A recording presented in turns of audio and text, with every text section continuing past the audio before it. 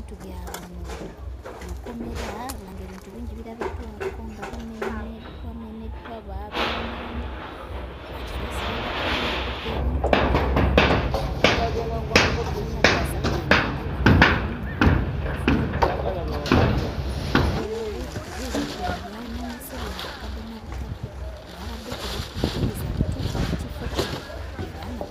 soda ne bayiwa buli kimu nga bakola mu kwonoona.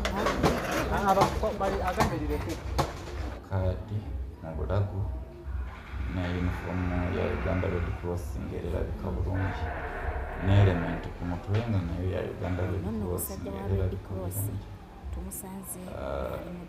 Naye bwe batandise okunkuba nga tebakuwa na budde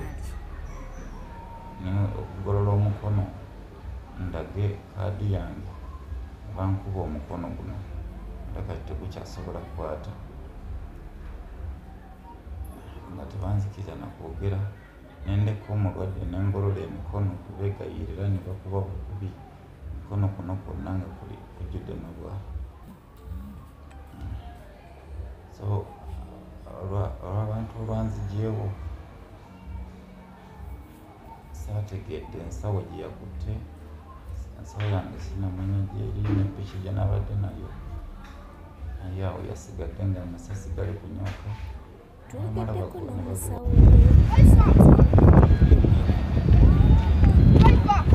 Our client who was assaulted by the UPDF, he was brought when he was sick, when he was beaten badly.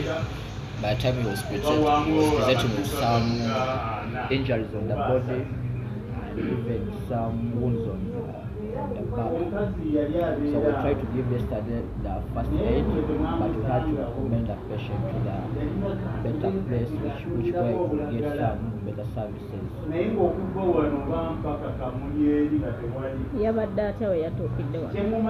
was in a bad condition, he couldn't walk, he couldn't talk.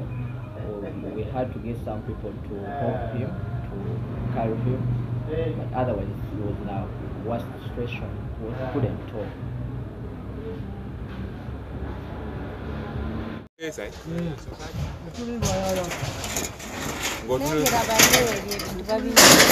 Ebintu abo birina okuyita ate binaayita ebirina okuyita waggo tebakwatawo kati babo balese kuleeta bali mu kumenya abayingire basende buli kimu ekisigalamu bazingezinge buzinzizinzi. Abakyala bakubiddwa kibooko n'emiggo nga toyinza kukkiriza nti gavumenti eyinza okuta abasajja ne bagenda mu bakyala ababadde bakyebase ne ku makya ne babakuba nga tebalinaamu yadde obuwala obw'omunda yadde ne babakubanga bwe baagala ng'abakuba eby'omunsiko. Ebintu by'abantu byabbiddwa, ssente zabbiddwa, TV zaabadde zitasobola kusitulwa zakooneddwa zonna ne zifumitibwa. Naye tulaga wange eggwanga kyekibuuzo ekiri wano ekireka naye manyi kyekyali enaggulu, kyekyali ensambya, kyekibadde ebukasa n'ebitundu ebirala. Ate ne wabaawo abaana n'ebyana kubanga abaagenda ebukasa ne batema n'ekibira kya gavumenti.